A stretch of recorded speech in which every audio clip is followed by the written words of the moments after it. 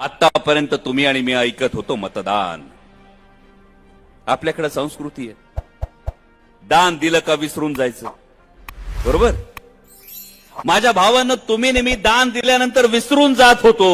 त्यामुळे ज्यांना मतदान दिलं होतं, ज्यांना मतदान केलं होतं, त्यांनी तुम्हाला गृहीत धरायला सुरुवात केली. ज्या माणसाकडे बघून तुम्ही मतदान केलं होतं, ज्या माणसाकडे बघून तुम्ही निवडून दिलं होतं, त्यांची साथ सोडून माणसं दुसरीकडे जायला लागली. त्यामुळे यावेळी मतदान फक्त नाही तर हा जसा अधिकार आहे तशीच ती जबाबदारी, हे लक्षात ठेवा.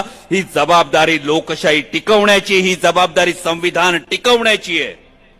आणि म्हणून फक्त एवढंच सांगतो, मतदान केंद्रावर गेल्यापासून आतमध्ये जाऊन मत देऊन बाहेर यायला फक्त 5 मिनिटं लागतात. बरोबर.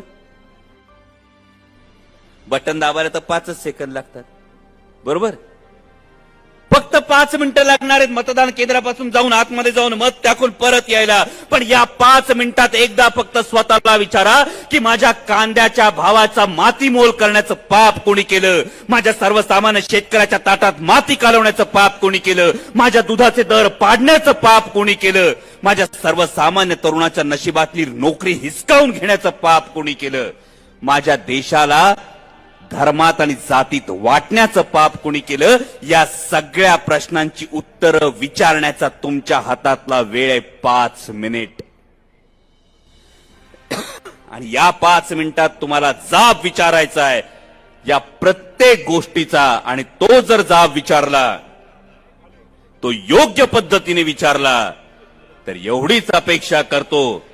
शेवटचं वाक्य फक्त लक्षात ठेवा.